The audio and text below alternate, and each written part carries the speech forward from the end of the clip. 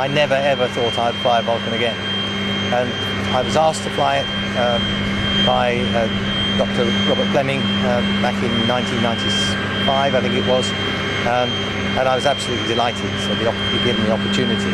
We didn't realise it was going to take another 10 years before the Vulcan got into the air, but I flew it from the second flight onwards. I was co-pilot to David Thomas on most of the initial test flights, and then took over as the chief pilot in 2009, and I have enjoyed flying it ever since. I mean, she is a delight to fly. In essence, a very simple aircraft with no lift augmentation devices, no slats or flaps or anything. You get airborne, bring the gear up, and that's effectively checks complete.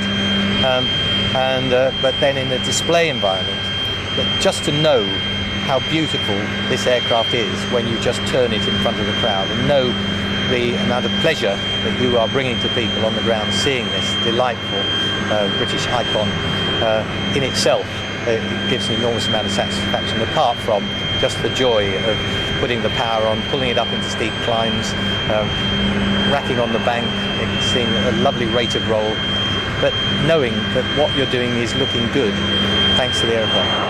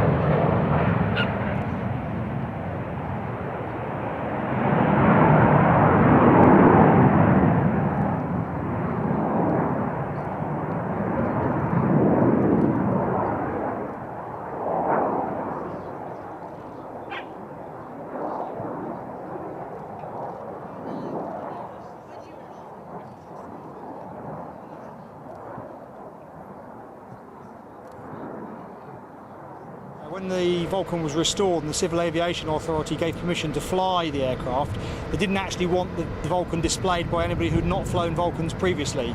So I had a phone call saying, would you like to come and fly our Vulcan for us? Which obviously I jumped at the chance.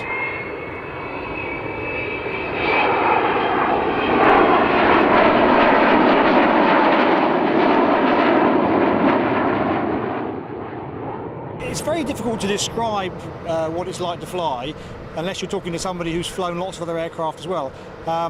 It's a big aircraft. It feels like an aircraft that's a lot smaller and a lot lighter than it is. It's got very powerful hydraulic flying controls. Its handling characteristics are almost fast jet-like, fighter-like. So it flies completely differently to the way it looks, is the easiest way I can explain it.